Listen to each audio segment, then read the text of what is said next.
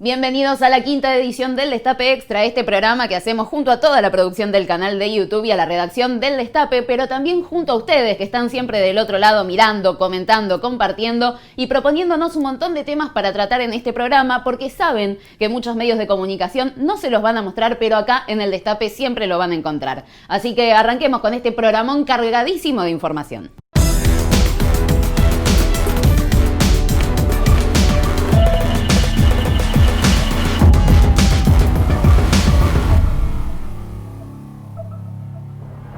¿Alguna vez te preguntaste cómo hizo Macri para en tan solo 4 años hacer un desastre total en la Argentina? Pienso en varias cosas, pero seguramente se me escapen un montón, como por ejemplo la reducción del salario real en un 20%, la baja en las jubilaciones, las tarifas, el hecho de haber destrozado el sistema de salud pública y también de educación sin que se desate un caos social. ¿Cómo hizo esto? Bueno, con la complicidad de los medios de comunicación, pero también con la fuerte represión en las calles. Franco Misragi te va a explicar cómo funcionó la Gendarmería, esta máquina de meter miedo de Cambiemos.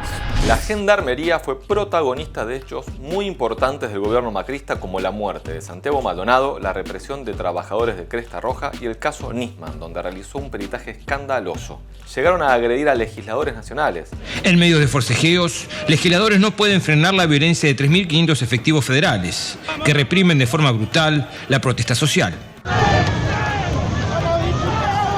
La identificación de esta fuerza con Cambiemos fue tan fuerte que en la última marcha a favor del entonces presidente Mauricio Macri, los manifestantes aplaudieron a los gendarmes que estaban en las calles.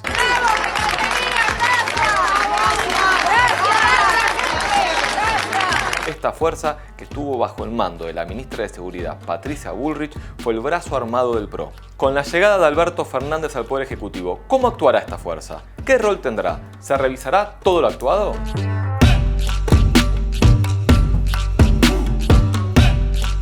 Bullrich, lejos de sancionar los excesos, festejó hasta los peores actos, como fue el desempeño de la fuerza en la muerte de Santiago Maldonado. Yo no voy a hacer la injusticia de querer tirar un gendarme por la ventana para sacarme la responsabilidad, porque esa es la fácil, esa es la que siempre hicieron. El joven que apoyaba el reclamo de la comunidad mapuche y murió ahogado cruzando el río, escapando de una feroz e ilegal represión de la Gendarmería.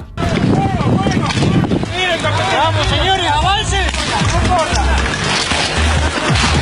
El vínculo entre la Gendarmería y Bullrich llegó a ser tan carnal que hasta le entregaron a modo de homenaje un sable luego de la derrota en las elecciones. Doctora Patricia Bullrich, no voy a querer hacer la injusticia de querer tirar a un gendarme por la ventana. Muchas gracias.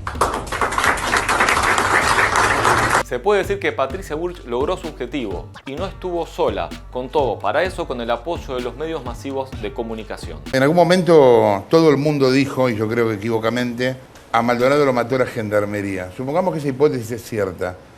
¿Lo mató un gendarme o lo mató la Gendarmería? Pero cuando se solicitó este informe justamente se eligió Gendarmería porque es un cuerpo de excelencia en la cuestión de peritajes. Usted nos mencionó la militarización del territorio. ¿A qué se refería con ese concepto? Está Gendarmería, policía, custodiando lo que hoy es ya el territorio. Bueno, sabe que esto es un país que militar, tiene fuerza de seguridad. Militar. Pero ahora pensemos el desafío que tiene por delante el presidente Alberto Fernández.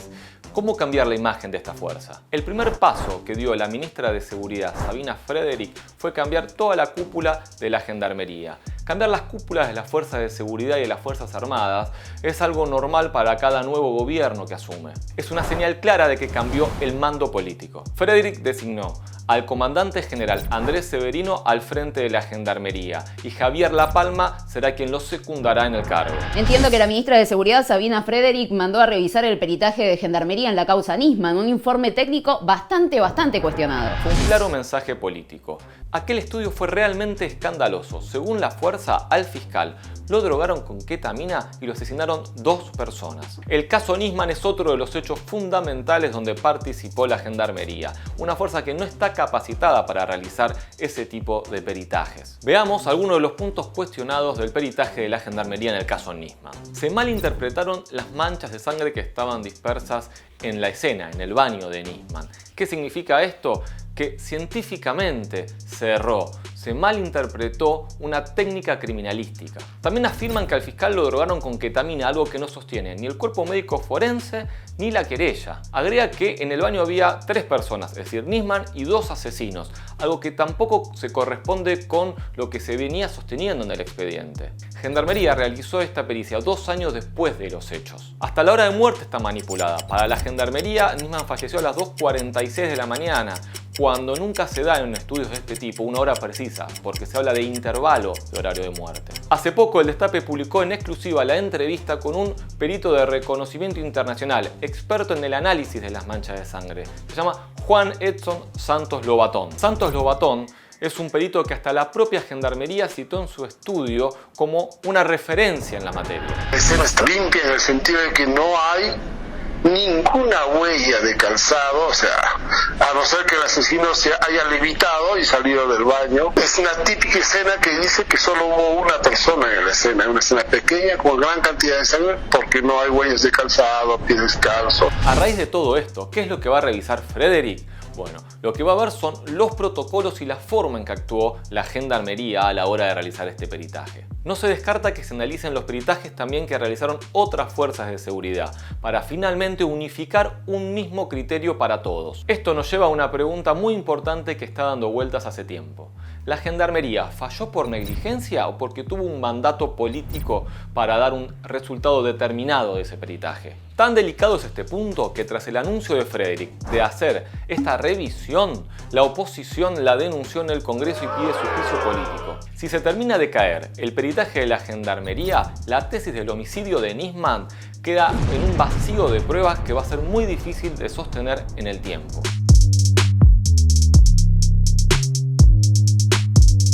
Por otro lado, la nueva gestión en seguridad también buscará dar por terminado con los shows mediáticos que fueron tan característicos de la era Bullrich. Desde el entorno de Frederick hacen un diagnóstico contundente. El problema fue Bullrich y no la Gendarmería. La nueva ministra apuesta a recuperar una fuerza que quedó muy emparentada al pro y a lo peor de sus prácticas.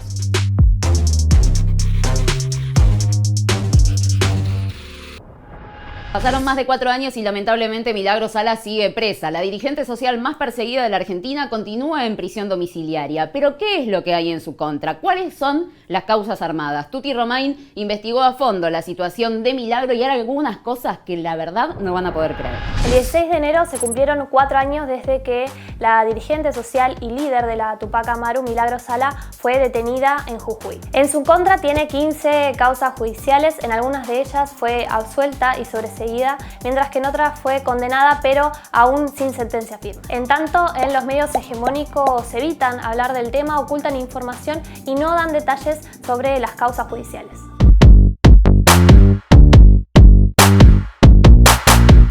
Te vamos a mostrar en exclusiva por qué muchos creen que dentro de los procesos judiciales hubo irregularidades y que fueron causas armadas específicamente contra Milagros Sala por el gobierno de Gerardo Morales. Ustedes saben que las causas judiciales contra mí fueron armadas en la gobernación. Ustedes saben, y yo también, que seré condenada, porque en esa es la decisión de Morales y ustedes que también lo obedecen. Y además te vamos a contar por qué organismos nacionales e internacionales creen que Milagros Sala es una presa política. Hemos invitado a organizaciones de derechos humanos que tenían dudas a que vengan y han aceptado. ¿Le llama la atención esta mirada internacional? Muy claros. No, no me llama la atención, porque hay mucha política internacional alrededor de esto.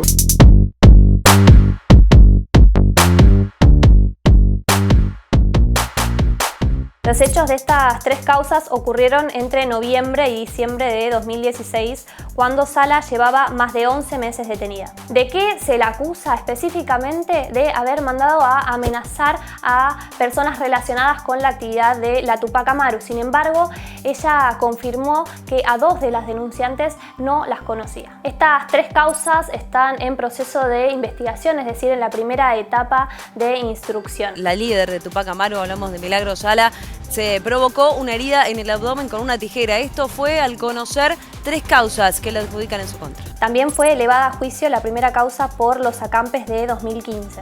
El 14 de diciembre de ese año, las organizaciones sociales iniciaron un acampe frente a la Casa de Gobierno Provincial en demanda por la continuidad de 20.000 puestos de trabajo. Aunque las organizaciones sociales habían pedido en 3 oportunidades audiencias con Morales, él se negó a atenderlos. Y los genocidas tienen una domiciliaria como la que me dan a mí.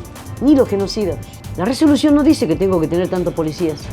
La resolución no dice que tiene que hacer una lista de invitados. La resolución no dice que tiene que sacar fotos a las visitas.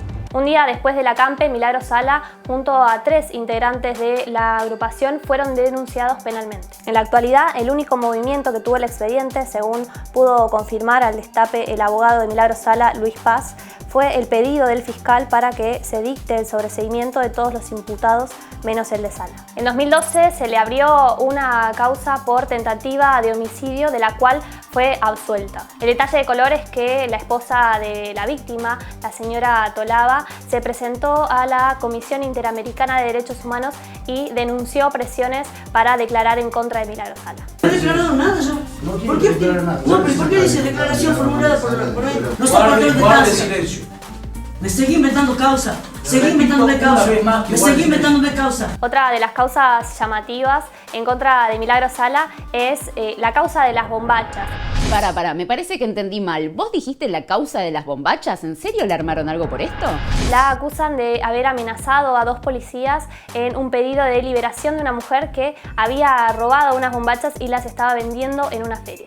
Aunque fue absuelta en diciembre de 2017, tiempo después, 3 jueces le revocaron la absolución y la condenaron a 3 años y 2 meses de prisión. Yo critiqué a Milagros Sala siendo candidato mucho porque sabía que había construido un Estado paralelo y un Estado paralelo no puede existir. Hay un único Estado. En 2009 hubo un escrache en contra de Gerardo Morales en una plaza de Jujuy y a partir de esto se afirmó que Milagros Sala había sido quien había dado una orden para tirarle huevos y sillas durante la conferencia. El propio Morales fue el querellante de la causa y recién en 2011, es decir, 2 años después, él mismo aportó el único testigo a la causa en contra de Sala. Más tarde se confirmó que el testigo, René Arellano, alias El Cochinillo, había recibido casi 3 millones de pesos por parte del gobierno de Gerardo Morales. Parte de esos fondos también fueron recibidos por su mujer, su hijo y su nuera, y se confirmó acá en una investigación exclusiva de El Destape junto a Horacio Berbisky. ¿Usted estuvo presente en la reunión en la que Milagros Sala y otros directivos de la Tupac organizaron ese escrache? Bueno, yo trabajaba con Milagros Sala cuando ella organizó el escrache. Yo participé, se la planeó en la casa de ella. En enero de 2016, apenas unas horas después de haber sido excarcelada en la causa del acampe, el juez Gastón Mercado detuvo a Milagros Sala nuevamente por asociación ilícita, extorsión y fraude al Estado. El mismo día en que se abrió el expediente, se presentaron de forma espontánea 7 cooperativistas que denunciaron a la dirigente con declaraciones similares. Por esta causa, Milagros Sala fue condenada a 3 años de prisión por fraude a la administración pública y extorsión. Milagros Sala inició una huelga de hambre seca tras ser trasladada arbitrariamente al Penal Federal de Salta. De un total de 117 testigos aprobados, 91 fueron de la acusación.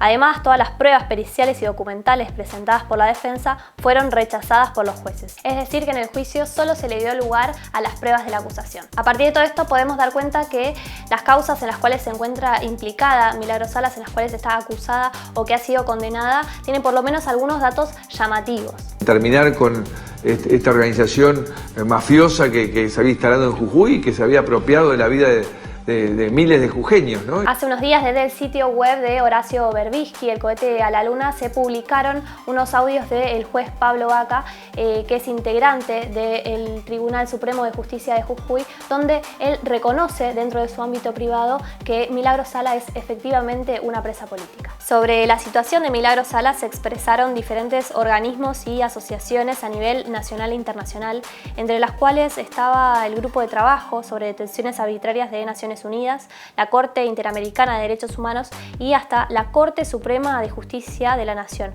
No solo se manifestaron públicamente, sino que algunas presentaron medidas ante la justicia. Sobre esto hablamos con Luis Paz, uno de los abogados de Milagros Sala, y esto era lo que él nos decía. Con el aporte de los organismos de derechos humanos de la República Argentina, de CELS, de Amnesty International, de Andes, logramos que el Grupo de Trabajo de Detenciones Arbitrarias de Naciones Unidas declarara a la detención de Milagros Sala como una detención arbitraria. Hizo un viaje a Formosa en el medio de los hechos. Un muerto, a Jujuy.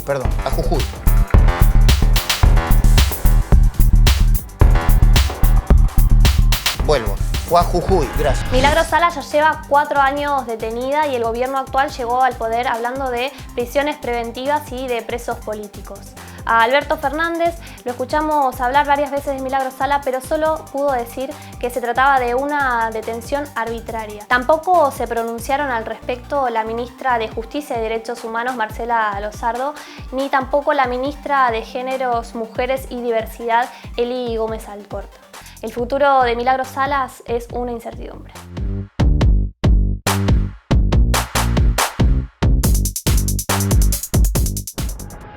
Todos sabemos que Macri se fue, que perdió las elecciones de una forma contundente, pero la derecha obviamente quiere volver y están cambiando su estrategia, algo que se puede ver claramente en las redes sociales. Lautaro Torres te va a explicar por qué la comunicación macrista de Macri no tiene nada. En las elecciones de 2015 el macrismo sacó pecho, infló su ego por su estrategia digital, su comunicación en redes sociales llena de fake news, trolls, incluso robo de datos como pasó con Cambridge Analytica. Did you work in Argentina? Yes, we worked in Argentina. Who was that for in Argentina? Well, I think as I said last time, we don't generally like to talk about specific clients. Por eso consideramos que la comunicación digital es más que importante y vamos a ver en qué anda el macrismo hoy en día en las redes sociales.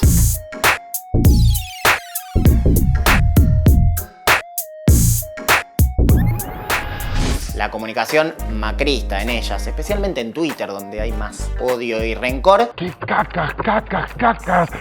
De Macri no tiene nada. Macri no está, Macri no aparece. Y sus últimos posteos en Twitter, sus últimos tweets fueron para Navidad y Año Nuevo. Vamos a escuchar el de Navidad. Creo que lo que sí tenemos que estar todos de acuerdo, que va a acercar esta diferencia de visiones que todavía tenemos los argentinos, es que el amor supera el resentimiento y el odio en nuestro país. Me suena. Macrismo copiando al kirchnerismo, capítulo 1000. Para Navidad, como acabamos de escuchar, apareció en forma de audio de WhatsApp, ni siquiera puso la jeta. Y para Año Nuevo lo que decidió fue homenajear a Pacho y Pablo con su sección de poemas. Si tuviera que usar una imagen, diría que el cambio es como un río. Avanza de forma imparable. Si el río encuentra obstáculos, los supera. Trata de encerrar al río, el río se acelera, adquiere más fuerza y se vuelve más poderoso. Ahora bien, si su líder espiritual, Macri, no aparece en las redes, ¿en quién se está apoyando la oposición? Lamentablemente está bajo el ala Bullrich-Pichetto, los peronistas aliades, porque hay peronistas y peronistas. Hay la verdad y la verdad. Empecemos por Pato Bullrich. Al momento de esta edición tiene 21 tweets. Un 30% sobre Nisman, 4 sobre Venezuela, 1 sobre Bolivia, 1 sobre Chile, pero acá me detengo un segundo para remarcar que habla de violencia y no de violación de derechos humanos. El poder de la palabra no la subestimemos. Y después hay 9 sobre #NoVuelvenMejores. Rebobinemos un cachito para atrás. Comunicado sobre Bolivia, sobre la situación en Chile. ¿Nada? ¿No? No, porque justamente la izquierda latinoamericana es el enemigo y el encargado de criminalizarla es el macho de la pareja. Analicemos sus tweets en 2020. 11, de los cuales 9 son sobre política exterior, un 80%. Agarremos este, que es realmente peligroso, el de compararnos con Brasil y Estados Unidos. Dos países, uno presidido por Bolsonaro, que tenía de ministro de Cultura a un neo-Goebbels, y el otro es Trump, que deberíamos hacer un especial sobre él y su comunicación en Twitter como si fuera un troll. A Pichetto le parece más amenazante Pepe Mujica que un presidente que amenaza con empezar la Tercera Guerra Mundial por Twitter. Así se está expresando en redes sociales la oposición responsable responsable de seguir alimentando la grieta, ensanchándola, el odio, el rencor y de seguir construyendo a ese enemigo que bien nos explicó Darío Zeta. Tenemos un problema, que es que ese otro en general se nos presenta a nosotros como un enemigo, como un adversario pero radicalizado. Y entonces, digamos, si uno no está abierto a lo que el otro trae y no de algún modo desmenuza qué hay en esa otredad, corre un riesgo tremendo, que es construir al otro de acuerdo a su propia necesidad. El discurso de la derecha es un laburo minucioso, un laburo de hormiga. Si no, miren lo que hizo Patricia Bullrich con el caso de los rugbyers. Con una taser en 2 segundos lo controlaste, lo bajaste y el rugbyer portachón, violento, animal, que se convierte en un animal, lo dejaste sin recursos. Si los asesinos hubiesen sido negritos, probablemente ya teníamos una sesión extraordinaria, un pedido para abrir el Congreso para bajar la edad de imputabilidad. Ellos son el poder fáctico, desde siempre fueron cooptando los medios tradicionales, radio, tele, gráfica, y también están empezando a hacerlo ahora con los medios digitales, pero de una manera más sofisticada, a través de algoritmos complejos y también con el uso de la Big Data. Bueno, pero si tienen a los medios hegemónicos, a los nuevos medios digitales y a la Big Data, ¿cómo podemos defendernos ante esto? La mejor forma de combatir la desinformación es justamente con la información. Sabiendo cómo consumimos los medios, cuáles son los hegemónicos, cuáles no, y centrarnos más en los datos, en los hechos, en las fuentes, que en cualquier cosa que vemos por ahí.